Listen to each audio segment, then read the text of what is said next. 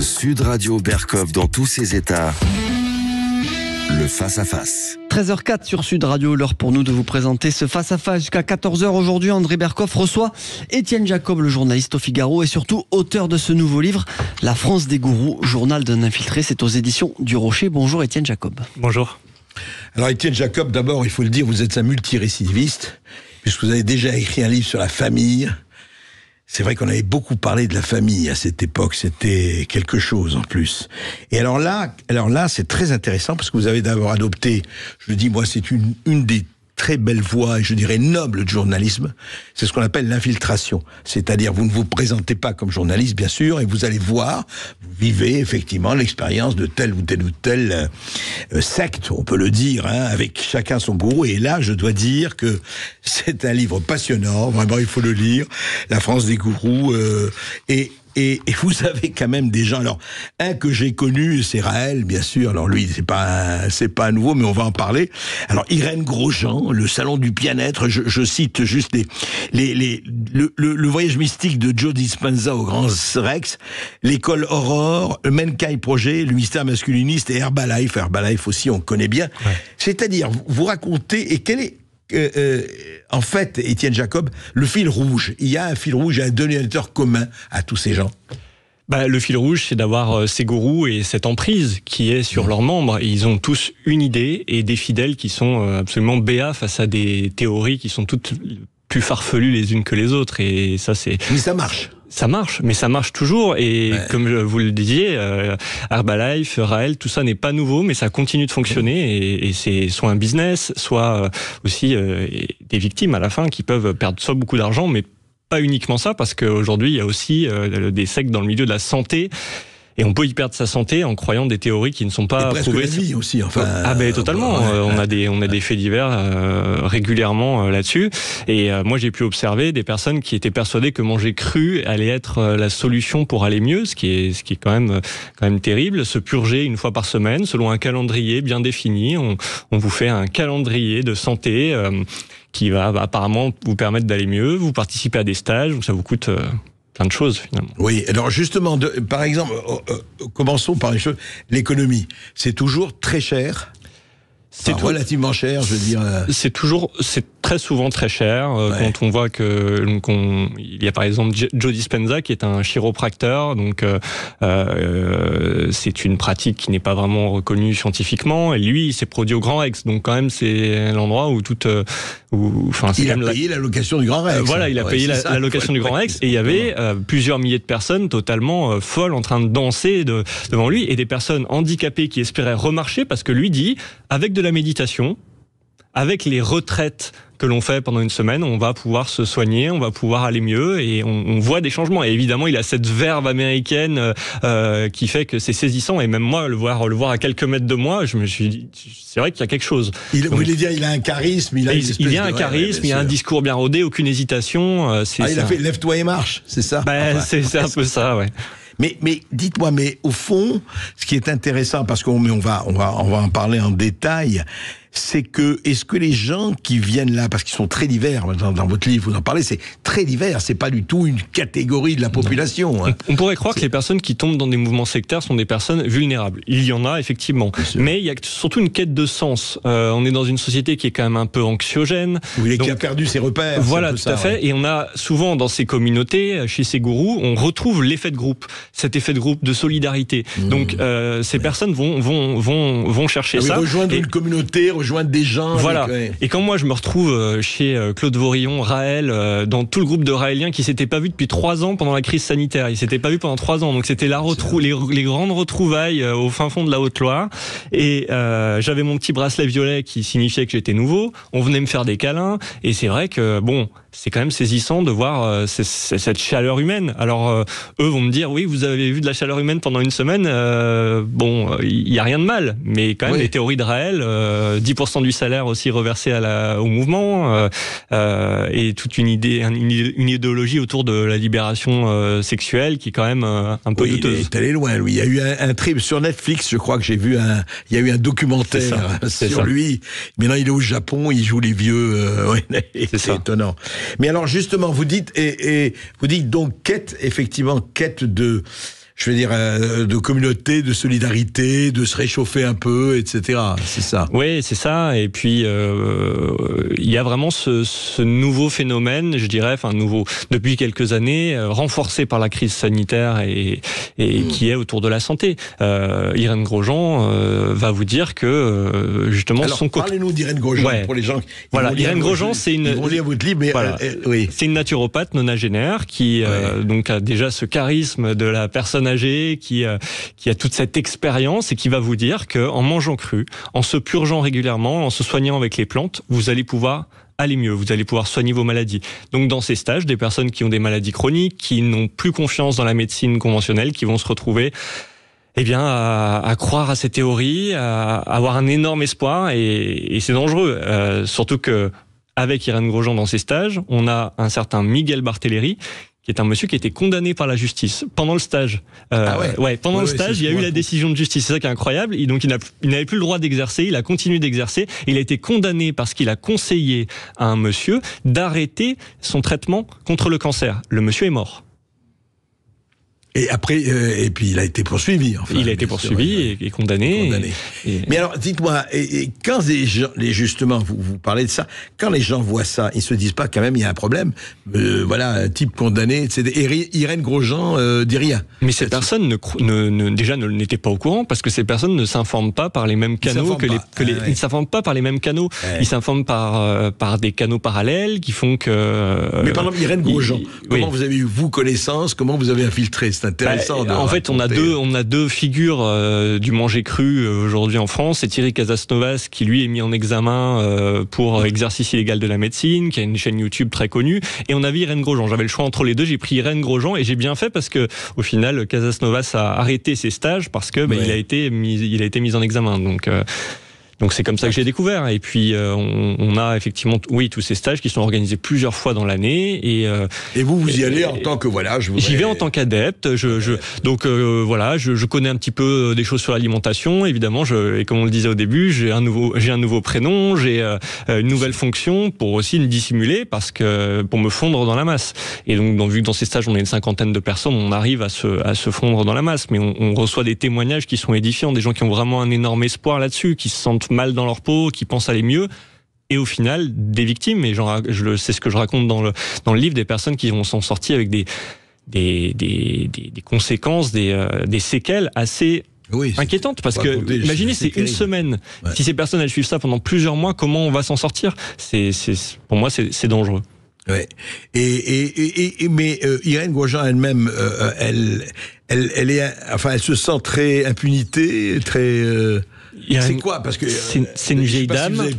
C'est une vieille dame. Je pense qu'elle croit profondément à ce qu'elle enseigne, parce qu'elle dit que ça fait 60 ans qu'elle le fait. Après, derrière elle, on a toute une famille qui tire les ficelles, qui fait tout un marketing autour de ça, qui organise les stages. Donc c'est vrai que c'est quand même, c'est un peu la figure de sagesse, mais derrière on a il y a l'industrie, l'artisanat exactement. familial, Donc moi j'étais dans le village, c'est dans le village de Névache, dans les Hautes-Alpes, qu'organise ces stages. Et le village de Névache, il a été reconstruit par son fils, à Irène Grosjean, et donc c'est vrai qu'on a tous il y a des entrepreneurs derrière, c'est ça que je veux dire, et sur place d'ailleurs les gens ne dénigrent pas vraiment Irène Grosjean et sa famille, parce que finalement ils ont reconstruit le village. Oui, c'est ça, ils les font travailler, mine de rien, voilà.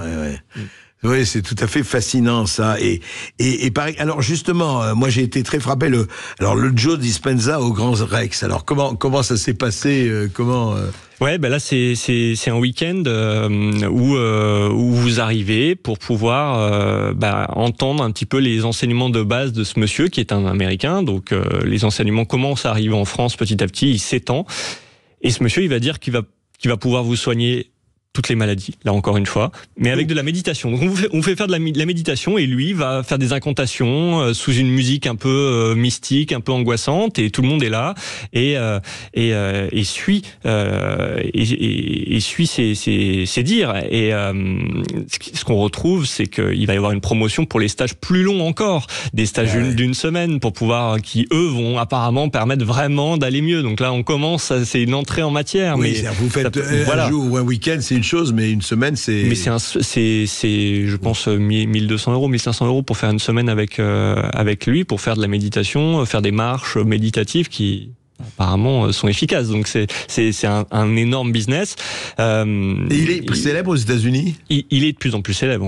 Ouais. Alors après, aux États-Unis, on a quand même aussi une vision aussi de la liberté de croyance qui est encore plus large. Il y a les évangélistes et tout. Enfin, il y a tout. Voilà, il y a des partis pour toutes les idées. En France, on ne pourrait pas voir ça. Ouais.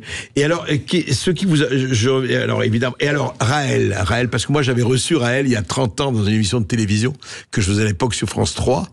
C'était hallucinant. Vous savez, je raconte ça, moi, mon souvenir. Donc, je reçois Raël. C'était à Strasbourg. Et on arrive au studio de France 3 à Strasbourg. Il y avait une haie de Raéliens qui entourait l'immeuble pour le faire tourner comme à Jéricho, quoi. Il voulait faire tourner, enfin, n'importe quoi. Mais qu'est-ce qui vous a frappé chez Raël? Enfin, Raël, il n'était pas là. Il n'était pas là, il était en visio. Il était depuis le Japon. Mais, malgré tout, sa venue, cette visioconférence, personne n'en avait parlé. Ça avait été gardé secret, on se rejoint entre membres, mais Raël, lui, il est au Japon, il est loin. Mais on vous garde une surprise. Dans quelques jours, il y aura une surprise. Donc le mardi, au bout du 3e jour, Raël est là. Et sur le grand écran, et mine de rien, même s'il est loin, c'est le showman. Et le showman qu'il est, et le businessman qu'il est, surfe sur tous les éléments de l'actualité. À l'époque, il y avait l'histoire de la variole du singe. Donc la variole du singe, c'est des conneries. Les feux de forêt, c'est des conneries. Pour lui, c'est terrible parce qu'on a ce discours il sait surfer sur tous les éléments d'actualité pour rameuter des gens. Ils offraient des câlins gratuits pendant la crise Covid. Donc ils allaient à l'encontre de toute la théorie officielle. Voilà. On va en parler tout de suite après cette petite pause et on va continuer sur Raël parce que justement je voudrais savoir comment vous avez vécu l'expérience raélienne puisque elle existe depuis 35-40 ans je crois déjà. Alors on va se retrouver après cette petite pause 0826 300 300 et vous êtes beaucoup à réagir évidemment sur le Facebook de Sud Radio. Il y a beaucoup de questions concernant la scientologie. À tout de suite sur Sud Radio. Sud Radio, votre avis fait la différence. J'adore vos débats. On entend des choses qui changent un peu de la doxa généraliste qu'on entend trop partout. Sud Radio, parlons vrai. Ici Sud Radio. Les Français parlent au français. Je n'aime pas la blanquette de veau. Je n'aime pas la blanquette de veau. Sud Radio Bercoff dans tous ses états. Dans tous mes états, mais je ne suis pas le seul, parce qu'il y a un certain nombre de dizaines de milliers de gens qui sont dans tous leurs états, avec les gourous et les sectes dont parle Étienne Jacob dans ce journal de l'infiltré aux éditions du Rocher, livre tout à fait passionnant parce que il montre un peu à quelles extrémités peuvent arriver effectivement, le goût qui lui est très légitime de se retrouver, d'être bien ensemble, de s'améliorer, de guérir évidemment, mais l'enfer est bavé de bonnes intentions, c'est tout le problème. Étienne Jacob, alors Raël, qu'est-ce que vous avez senti chez Raël? Comment ça s'est passé? C'est vrai que Raël, c'est quelqu'un qui a un charisme sûr, un discours bien rodé, mais moi ce qui m'a saisi, c'est surtout à quel point les gens sont convaincus que les extraterrestres ne vont pas tarder à arriver, qu'il faut préparer leur arrivée. Il faut savoir que la mission des Raéliens, c'est de cotiser pour pouvoir construire des ambassades. D'abord dans une ville, ils ont essayé à Jérusalem, ils ont essayé de partout, ils se sont fait recaler, mais ils ont encore cette volonté de pouvoir construire cette ambassade et évidemment il faut de l'argent. Et Raël avait ce discours incroyable pour nous inciter à donner. Il commençait son discours en disant « Moi, je ne suis pas quelqu'un qui incite à donner. Par contre, aujourd'hui, exceptionnellement, je vais vous donner l'opportunité de donner. Si je ne vous la donnais pas, vous ne pourriez pas donner. » Donc c'est un coquin, il joue sur l'inversion accusatoire, comme on dit. Exactement. Et en fait, et les gens qui participent, alors c'est qui? On a beaucoup d'anciens qui étaient là, qui se réunissaient pour faire, se réunissaient il y a quelques années, il y a quelques dizaines d'années pour faire du nudisme dans le sud de la France. Ils avaient leur lieu. Donc il y a beaucoup d'anciens. Il y en avait un notamment qui était dans mon bungalow. On était dans des bungalows en groupés. Dans le bungalow, il y avait un couple qui était des disciples d'Irène Grosjean dont on a parlé juste avant. Donc la preuve que c'est tout un écosystème. Et on avait ce monsieur qui était là depuis le début, qui a consacré sa vie entière au mouvement et qui m'a demandé dès le premier jour est-ce qu'on pourra faire des photos ensemble? Alors moi je pensais des photos de groupe. Je pensais à des photos de groupe, voilà, on est là pour un stage. Mais non, il voulait aller plus loin. C'était une tentative de séduction. Heureusement que j'avais ma chambre fermée. J'étais vraiment pas serein. Et donc, moi, je suis blindé. Je sais les ficelles de ces gourous, mais imaginez une personne qui arrive et qui est innocente, vulnérable. C'est ça qui est très dangereux. Et ce monsieur voulait, à sa mort, donner tous ses biens au mouvement raélien. Et j'ai eu l'occasion d'assister à une conversation entre ce monsieur et la responsable de tout ce qui est archives et patrimoine, qui lui disait il va falloir entreprendre des démarches administratives pour pouvoir donner tes biens, ta petite maison que tu as dans la campagne. Il voulait donner la totalité de ses biens. Lui voulait donner, et la dame en face de lui l'incitait bien à le faire et à ne pas tout laisser à l'État, quoi. Donc, bien sûr, c'est très très très intéressant. Et alors, on arrive aussi, enfin, on va parler de tout, mais aussi avec les auditeurs. Mais vous avez aussi abordé alors les grandes causes, les grands chefs d'accusation à la scientologie. Alors, comment ça s'est passé? Parce que la scientologie est un peu plus méfiante, parce qu'elle en a connu des procès, etc. Ça a été assez facile aussi pour vous, l'infiltration? La scientologie a connu des procès, mais ils ont des armées d'avocats qui font que les procès sont de plus en plus souvent repoussés, donc ils sont très puissants. Ils ont un bâtiment qu'ils sont en train de construire près du Stade de France, pour les Jeux Olympiques, donc il y a une menace. Pour les Jeux Olympiques, oui. Enfin, oui, il y a vraiment une menace qui plane pendant quelques mois, parce qu'ils vont proposer des massages aux athlètes ou même aux touristes qui sont venus là, et ça va forcément rameuter du monde, c'est sûr. On aura des gens du monde entier, donc qui n'ont pas forcément le même système de croyance qu'on a dans la société occidentale. Et donc moi, effectivement, c'était pas un nouveau mouvement, mais je me suis dit que c'était quand même intéressant de pouvoir voir leur ficelle, leur méthode, et assister donc à une séance de dianétique. Vous êtes à deux, avec deux personnes, et vous devez raconter votre dernier souvenir, votre pire souvenir, et on vous fait repasser dans ce souvenir 5, 10 fois, en racontant de plus en plus de détails, donc en étant de plus en plus pessimiste. Et donc forcément, ça rend fou. Ah oui, le souvenir le plus terrible, et on vous le fait répéter, presque revivre, quoi. Voilà, et on vous le fait revivre, vous êtes dans le même état à la fin qu'au moment où vous avez vécu le souvenir. Si vous avez perdu un proche, vous êtes dans ce même état-là, et on vous fait croire du coup que vous êtes au tout départ d'un processus très très long pour aller mieux, et donc qui va vous coûter de l'argent, des tonnes de séances, et donc c'est là le c'est business. Toujours l'idée, des tonnes de séances, des séjours longs et de l'argent. Enfin, ouais, il y a toujours ça, et principalement chez les scientologues qui ont des locaux, des très beaux locaux à Paris, et puis partout. Enfin, mais est-ce qu'il y a eu un moment, très franchement, vous le racontez aussi quand même, où vous avez été perturbé, Jacob? On est forcément perturbé, et surtout, on se met à la place de ces gens, de ces victimes qui vont être en quête de sens, qui vont tomber dessus par hasard, parce que tous ces mouvements, ils vont pas vous dire bonjour, nous sommes une secte, venez nous voir. Évidemment, ils vous font rentrer par des manières détournées. La scientologie le sait et s'est modernisée et va vous offrir des conférences un peu bien-être, lifestyle, pour vous dire voilà comment mieux parler en public. Et au final, ça va vous amener vers la scientologie. Donc c'est une porte d'entrée qui peut être dangereuse. Oui, sauf que l'étiquette scientologie est là dès le départ, quand même. Ouais, elle est là dès le départ, effectivement. Mais les gens ne sont pas si bien informés qu'on le croit. Ouais, c'est ça. Et puis ils cherchent effectivement, comme vous dites, c'est l'époque prête à ça. On va en parler justement. On va parler de la Miviludes, on va parler de tout ça, parce que qu'est-ce qui fait que moi, c'est ça qui est fascinant, et d'ailleurs votre livre pose la question, enfin si quelque part, qu'est-ce qui fait que ça marche toujours aussi fortement, et que les gens, pourtant, il y a eu beaucoup d'enquêtes sur les sectes, beaucoup de choses sur les sectes, mais ça n'empêche pas, effectivement, les croyants de croire, quoi. Je pense qu'on a... Bon, d'abord, mon livre, c'est pas... je suis pas là pour régir les croyances des gens. On n'est pas là pour juger. Chacun croit ce qu'il veut. Mais en revanche, effectivement, on a cette perte de confiance envers la parole officielle, la parole gouvernementale, la parole scientifique aussi. Et effectivement, on a tout un tas de personnes qui qui ont envie de suivre ce discours alternatif, je dirais même parallèle, parce qu'ils coexistent sans se voir. Et c'est pour ça que finalement, quand on va parler, je sors ce livre aussi pour les victimes, pour aussi raconter les choses de l'intérieur, mais est-ce que ça aura un impact ? Je ne sais pas, parce que je ne sais pas si ces personnes vont tomber dessus. Je ne sais pas si finalement on va avoir justement sur ces deux. En fait, vous voulez dire, est-ce que je serai lu que par les sceptiques, ou déjà les convaincus ? Il y a ces deux chemins qui coexistent, mais est-ce qu'ils vont se croiser à un moment donné pour pouvoir alerter certaines personnes ? Et je pense que, on peut l'espérer. C'est en l'objectif.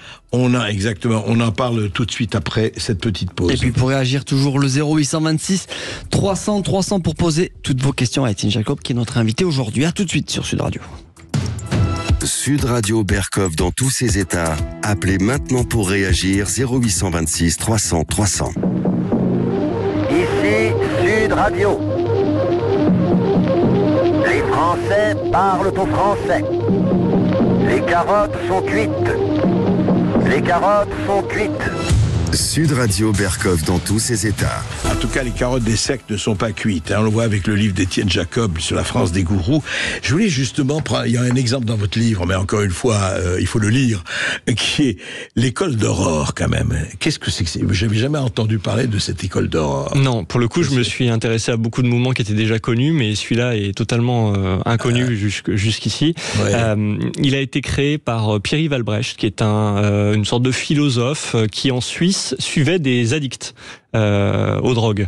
Et il les suivait. Et des drogués, voilà. des junkies. Et donc son idée, c'était de les sevrer, une méthode qui autrefois était très utilisée, mais il les sevrait avec des séjours à la dure dans le Grand Nord, dans un igloo avec rien à manger, rien à boire. Ouais. Donc c'était sa théorie de départ. Sauf que cette théorie, elle a été démontée par la science, mais lui, il a continué de le faire en Suisse. Son foyer, il avait un foyer avec des jeunes qui l'aidaient, a été démantelé, et donc il a décidé de créer l'école Aurore, qui organise des stages en France, en Belgique, justement pour aider les jeunes à s'initier, parce que pour lui tout le monde est addict dans notre société, on est addict de tout, et pour le coup, il a quand même pas tort, on est addict aux écrans. Aussi, voilà, c'est un peu cette idée de sevrer, et dans cette semaine-là, j'ai pu observer vraiment des rituels qui interrogent, et c'était un stage qui était à destination des jeunes, donc jusqu'à 30 ans. Donc c'est vrai qu'on est sur des publics qui pour le coup étaient vulnérables, étaient en pleine construction de leur esprit. Moi j'étais un des plus vieux, il y en avait qui avaient 18 ans, j'ai eu beaucoup de gens pleurer parce que c'était où votre stage c'était à Virignan dans l'Isère, au début des Alpes. Alors comme les rites, vous pouvez nous donner un exemple des rites on avait tous les matins on avait le rituel de l'archer blanc. Donc c'est un rituel qui a été pioché un petit peu dans un rituel qui a été pioché un petit peu avec des incantations catholiques issues de la Bible, mais aussi des croyances ésotériques. Donc c'est un archer qui va tirer dans une cible, et derrière la cible il y a un miroir. Si la flèche va au centre, tout va bien. Le groupe est en phase. Par contre, chaque matin, ils font ça, par exemple. Chaque matin et chaque soir. 2 fois par jour, pour bien vérifier que tout va bien. Et si la flèche, elle allait dans le miroir et qu'elle cassait le miroir, c'est qu'il y a quelque chose qui ne va pas. On n'est pas en phase. Et à ce moment-là, moi, je l'ai pas vécu, mais je sais que quelques jours, la flèche était moins en phase. Eh bien, il y avait quelque chose, il y avait cette atmosphère un peu négative, et on m'a raconté des moments où la flèche n'a pas été, et justement, n'est pas allée dans la cible, et que l'ambiance était terrible, qu'il y a eu un peu des sanctions qui ont été faites. On a forcé un peu le groupe à aller marcher pieds nus en pleine nuit, aller faire du karaté à 3h du matin. Moi, j'ai fait une séance de karaté à 3h du matin avec des mantras chantonnés en même temps, quoi. Entouré de bougies dans un cloître, quoi. Donc là il y a vraiment l'ambiance sectaire. Même les membres nouveaux se rendaient compte qu'il y avait quelque chose qui allait pas, quoi. C'est spécial. Et vous avez assisté à des sanctions? Est-ce qu'il y a des sanctions, je veux dire, violentes ou J'ai pas assisté à des violences, mais ce qui est sûr, c'est que ce philosophe Pierre-Yves Albrecht, qui a 70 ans, la barbe, a une véritable emprise sur ces publics très jeunes. Tous les soirs, on se réunissait pour un chœur. dans une salle, assis sur des coussins en carré en fait, et tout le monde devait raconter son histoire. Est-ce qu'il y a quelque chose qui va pas, et souvent voilà. Oui, et lui on venait toujours à dire il faut continuer à suivre mes enseignements, il faut continuer à faire ce chemin de l'initiation, parce que dans ce groupe, dans ce mouvement-là, on a des initiations à passer. La première initiation, ce sera passer plusieurs jours dans une cabane avec pratiquement rien pour boire et manger. La deuxième initiation ce sera la même initiation mais plus longue, jusqu'à faire la troisième qui sera dans le Grand Nord. Donc c'est vrai qu'il y a tout un processus. Il continue son processus de. Ouais, c'est ça. Effectivement, de sevrage. C'est ça, le sevrage. De très dur sevrage, quoi. Voilà. Enfin, dur, ouais. Ouais. C'est un sevrage à la dure, et des personnes, je pense, peuvent en souffrir. Oui, et vous évoquez, alors justement, face à ça, depuis d'ailleurs des années, des dizaines d'années, des décennies, on a créé il n'y a pas si longtemps, là, c'est pas des décennies, la Miviludes, vous savez, donc. Mission gouvernementale. Mission gouvernementale contre les sectes. Est-ce que, comme ça, au travers de votre enquête, etc., ce que vous avez vu, Étienne Jacob, vous avez l'impression que elle a servi à quelque chose, cette Mivilude, elle a effectivement dénoncé un certain nombre de choses, mais dans l'efficacité, est-ce que la lutte contre les sectes, on peut dire, elle a été renforcée ou pas vraiment? Aujourd'hui, à l'heure actuelle, on a une Mivilude qui est particulièrement sous-dotée. On a une quinzaine de personnes qui travaillent, alors qu'on a 500 000 personnes qui sont qui seraient victimes de sectes. Donc la bataille, elle est perdue aujourd'hui. Est-ce que ça empêche de lutter? Je ne pense pas. Je pense qu'il faut continuer Mais côté Mivilude, c'est fini, enfin, pratiquement. Non, mais la lutte, elle doit continuer. Mais le rapport de force, il est trop inégal aujourd'hui. On essaye de créer une nouvelle loi qui sera donc un délit d'incitation à l'abandon de soins. Si je vous dis que vous avez un cancer et que vous devez aller boire du jus de légumes pour le soigner plutôt que de faire votre chimio, ça pourrait être sanctionné demain. Mais est-ce que ce sera efficace? Moi, j'en suis pas sûr du tout, parce que dans les années 2000, on a créé une loi qui était la loi Abou-Picard sur l'abus de faiblesse. Et aujourd'hui, est-ce que vous pensez que la loi sur l'abus de faiblesse, on l'utilise pour les dérives sectaires? On l'utilise jamais sur les dérives sectaires. Pourtant, elle a été créée pour ça. Pourtant, exactement, c'est l'emprise, l'abus de faiblesse, c'est l'emprise. Oui, mais on l'utilise plus dans le cas de personnes âgées qui vont être abusées par un entourage dans leurs dernières années de vie pour peut-être capter leur héritage. Etc., ouais. Voilà. Donc, est-ce que pourquoi on l'utilise plus pour les dérives sectaires? Parce que c'est difficile de voir ce qui se fait dans un huis clos. Moi, dans mon livre, j'ai une dizaine de mouvements dans lesquels je me suis infiltré, mais on a tout un phénomène à l'état gazeux, un gourou qui peut autour de lui faire graviter 10-15 personnes au fin fond de la Creuse, il passera sous les radars. Donc c'est dans ce sens-là que je dis que la bataille sera très difficile. Des petits mouvements, des micro-mouvements. Et c'est dans ces micro-mouvements où peut-être les pires abus sont commis, parce que on peut avoir des violences, des abus sexuels et des choses dont les personnes ne s'en remettront jamais. Oui, c'est un vrai problème. Je crois que nous avons des auditeurs. On a une question sur les réseaux sociaux, surtout, qui nous dit, Étienne Jacob, est-ce que vous avez l'impression que ces mouvements que vous avez infiltrés sont présents sur les réseaux sociaux pour les jeunes, notamment TikTok? On a vu le phénomène des sorcières TikTok. Est-ce que vous avez constaté aussi ce phénomène ou pas? Ouais, tout à fait. Tout à fait. C'est une nouvelle porte d'entrée, et c'est vrai que le réseau TikTok, qui est peut-être moins régulé que les autres, fait vraiment aujourd'hui une porte d'entrée pour ces mouvements sectaires, d'autant plus que le public qui est visé est extrêmement jeune, extrêmement vulnérable, et pourrait croire un peu à tout ce qu'on dit.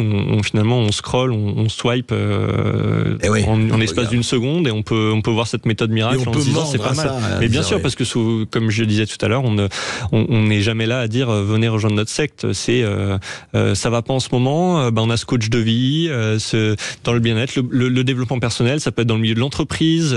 Donc c'est vrai que tous les canaux sont bons. On est des coachs. Voilà, mais effectivement, des coachs dérivent parfois aussi. Bien sûr. Oui, tout à fait.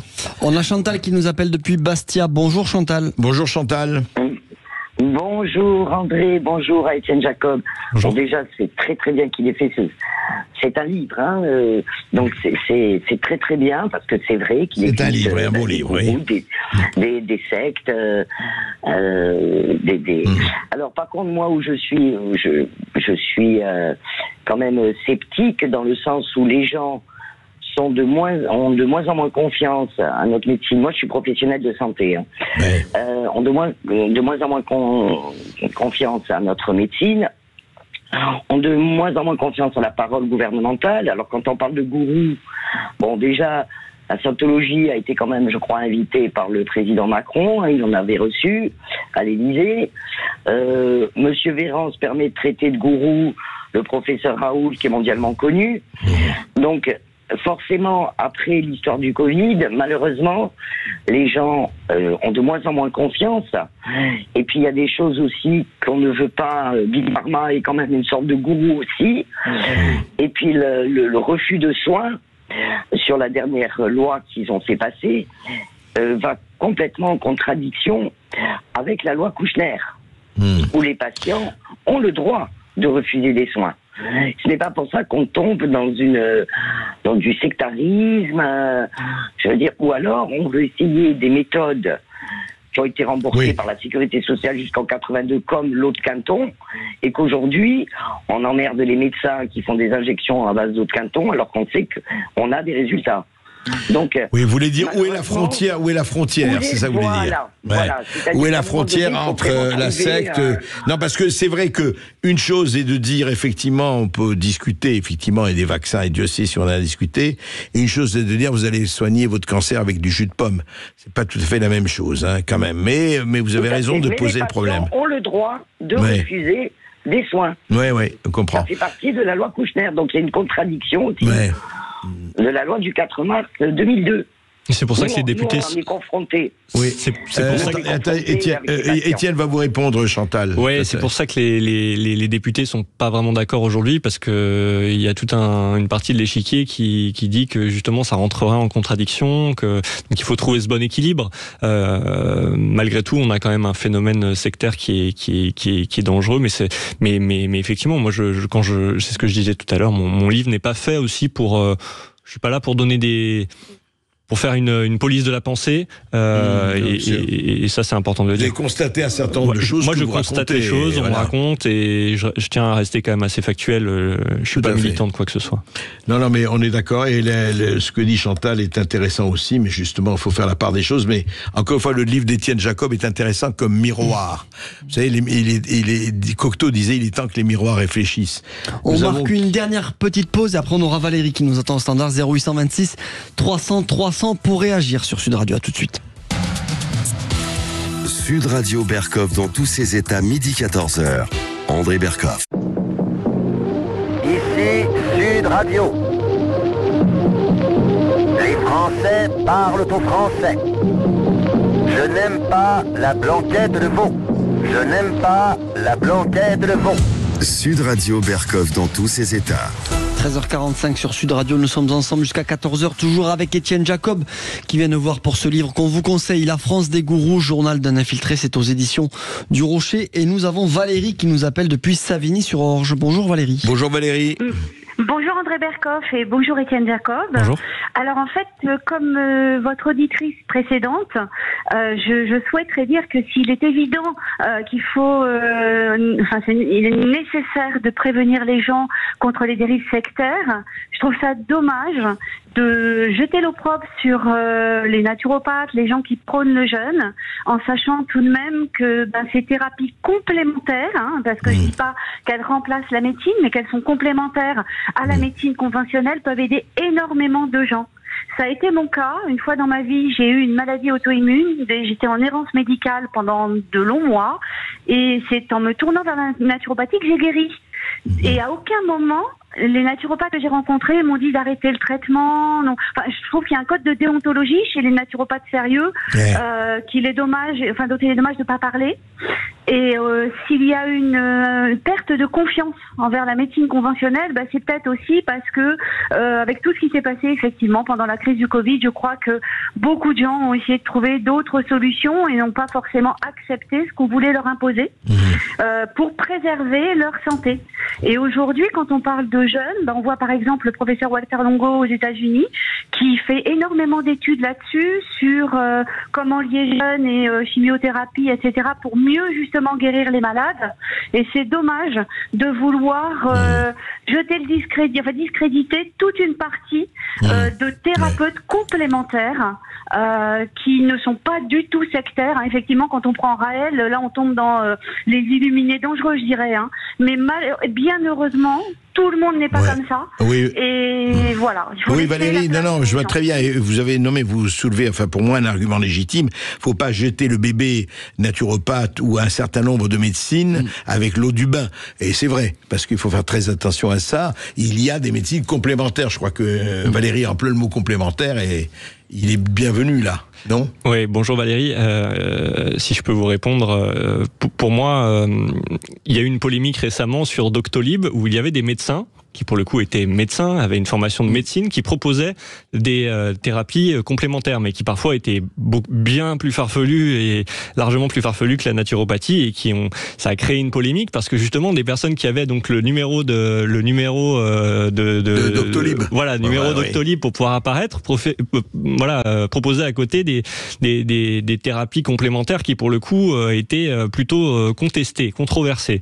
Donc effectivement, c'est tout ça pour vous dire qu'il y a du mal partout et qu'effectivement pour moi je ne jette pas l'opprobre sur tous les naturopathes. D'ailleurs mon livre et mon chapitre n'est pas sur les naturopathes en général, et plutôt sur Irène Grosjean, parce que pour moi et d'avis de plusieurs naturopathes que j'ai pu contacter me disent effectivement qu'elle fait partie quand même d'une frange extrême des naturopathes, et donc forcément je peux comprendre que ça nuit un peu à votre profession en général. Malgré tout, je pense qu'il y aura peut-être besoin d'avoir une sorte de régulation pour pouvoir justement un peu différencier ceux qui font bien leur travail que ceux qui le font un peu moins. Oui, et en fait, dans cette histoire, il faut pas être binaire. C'est-à-dire que le problème, c'est toujours la frontière bien et mal. Il y a pas tous les naturopathes ne sont pas des malfaisants, loin de là. Et tous les médecins, un certain nombre, quelquefois, ils ont, vous savez, on a vu ces derniers mois que le serment d'Hippocrate devenait pour certains le sermon des hypocrites. Hein. Il y a eu des deux côtés, il y a eu des choses. Enfin, c'est pas le sujet du livre, mais c'est vrai que en fait, pour revenir au début de notre entretien, Étienne Jacob, là maintenant, je voudrais, au fond, vous avez parlé d'élite, au fond, je vous repose la question, mais qu'on avait abordée, mais qu'on n'a pas abordé complètement, on n'a pas résolu complètement. Qu'est-ce qui fait, si vous avez les 10 commandements de la secte, enfin, je ne vais pas demander les 10 commandements, qu'est-ce qui fait que, vraiment, dans tous les gens que vous avez rencontrés, vous en avez rencontré pas mal, il y a une dizaine d'exemples tout à fait, en tout cas passionnants, qu'est-ce qui, au fond, les relie ? Je pense que tous ont une idéologie qui est bien marquée, qui est plutôt radicale.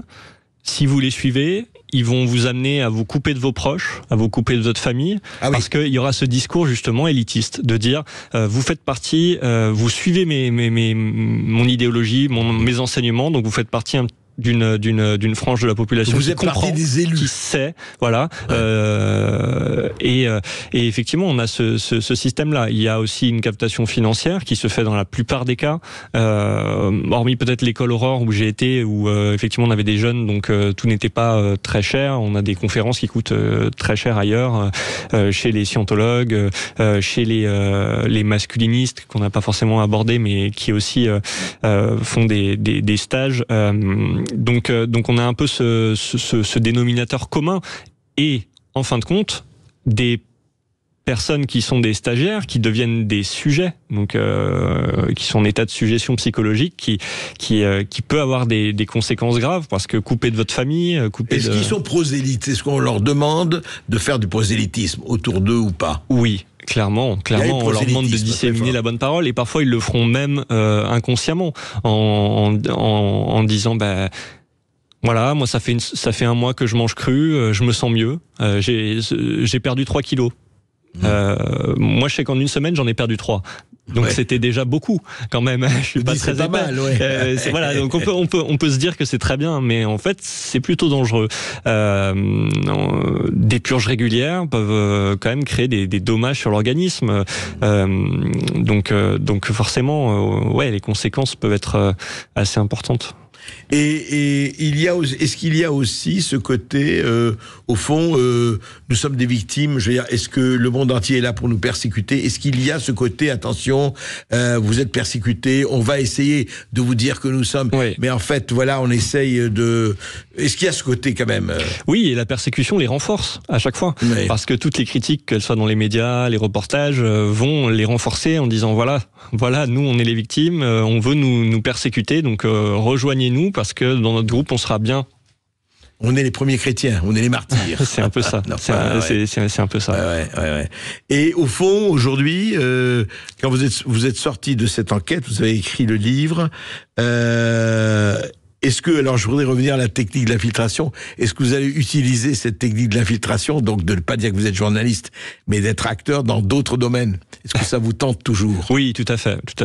J'ai plein d'idées. J'ai plein d'idées et forcément, j'ai trouvé que l'authenticité, des témoignages récoltés et finalement, je trouve qu'on est beaucoup plus factuel, mine de rien, parce que même si dans mon livre je décris le ressenti de ce que je vois, j'ai quand même cette